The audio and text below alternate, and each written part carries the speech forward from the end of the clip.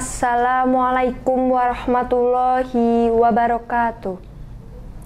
Alhamdulillahirabbil alamin wa bihi nasta'in ala umurid dunya waddin.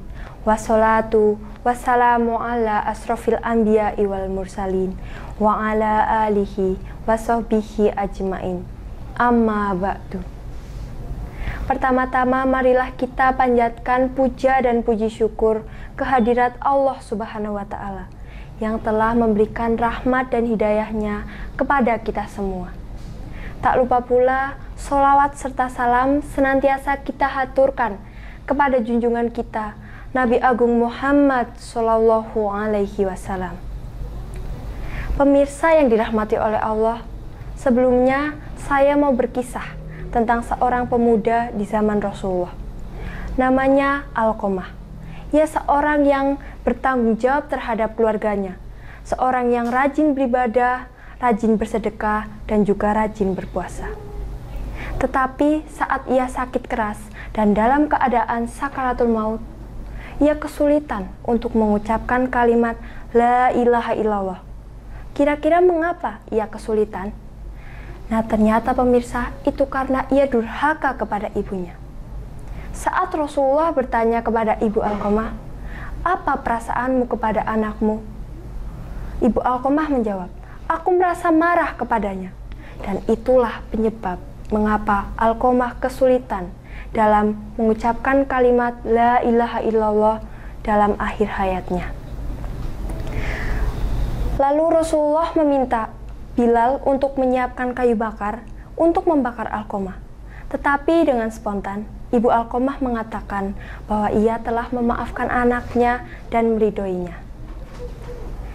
Pada akhirnya, Rasulullah meminta Bilal untuk mengecek apakah Alqamah sudah bisa mengucapkan kalimat La ilaha illallah.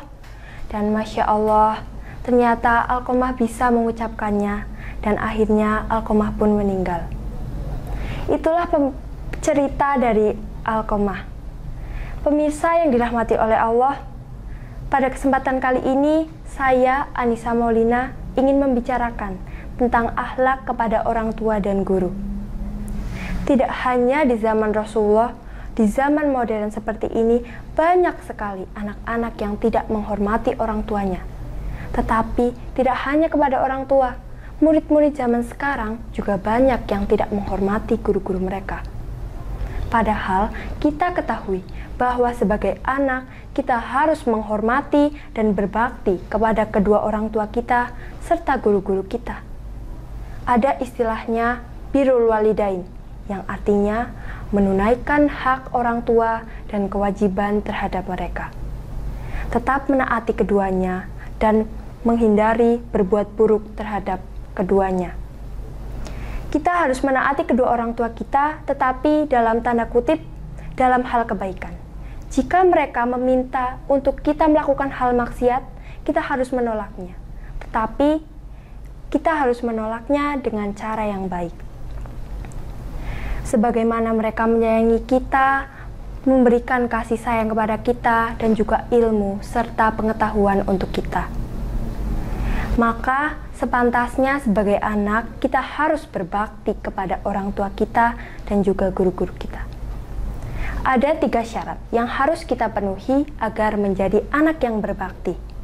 Yang pertama, mengutamakan ridho orang tua dan kesenangan mereka dibandingkan kesenangan pribadi.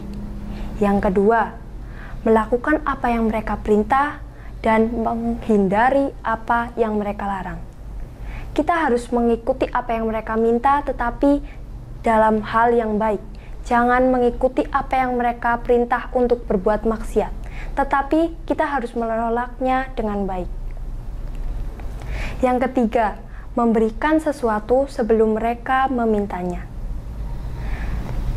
Nah pemirsa, tidak hanya kepada orang tua, kita sebagai murid juga harus menghormati guru-guru kita. Contohnya, duduk dengan sopan di hadapan mereka, tidak menyinggung perasaan mereka, memberikan salam dan hormat, dan juga menunjukkan sikap menghargai pendapat mereka. Perilaku berbuat baik terhadap orang tua disebutkan dalam Al-Quran Al-Isra ayat 23 yang berbunyi Bismillahirrohmanirrohim wabil walidaini ihsana, yang artinya dan hendaklah berbuat baik kepada ibu dan bapak. Disebutkan juga dalam hadis riwayat Ahmad dan Tirmizi. Ada 3 syarat yang harus kita penuhi agar kita menjadi anak yang berbakti kepada orang tua. Yang pertama, mengutamakan ridho dan kesenangan mereka dibandingkan kesenangan pribadi. Yang kedua, melakukan apa yang mereka perintah dan menjauhi apa yang mereka larang, tetapi dalam hal kebaikan. Jika mereka mengajak kita dalam hal buruk, maka jangan mengikutinya, tetapi kita harus menolaknya dengan baik. Dan yang ketiga, memberikan sesuatu sebelum mereka memintanya. Tidak hanya kepada orang tua, sebagai murid kita harus menghargai guru-guru kita. Contohnya, duduk dengan sopan di hadapan mereka, memberikan salam dan hormat, tetap menunjukkan sikap menerima pendapatnya dan tidak menyinggung perasaannya. Perilaku hormat terhadap orang tua ada di dalam Quran surat Al-Isra ayat 23 yang berbunyi Bismillahirrohmanirrohim wabil walidaini ihsana, yang artinya dan hendaklah berbuat baik kepada bapak dan ibu. Ada juga disebutkan dalam hadis riwayat Ahmad dan Tirmizi yang berbunyi tidak termasuk golongan kami orang-orang yang tidak memuliakan orang yang lebih tua atau guru dan tidak menyayangi orang yang lebih muda. Itulah ayat dan hadis yang menjelaskan tentang berbuat baik terhadap orang tua dan guru.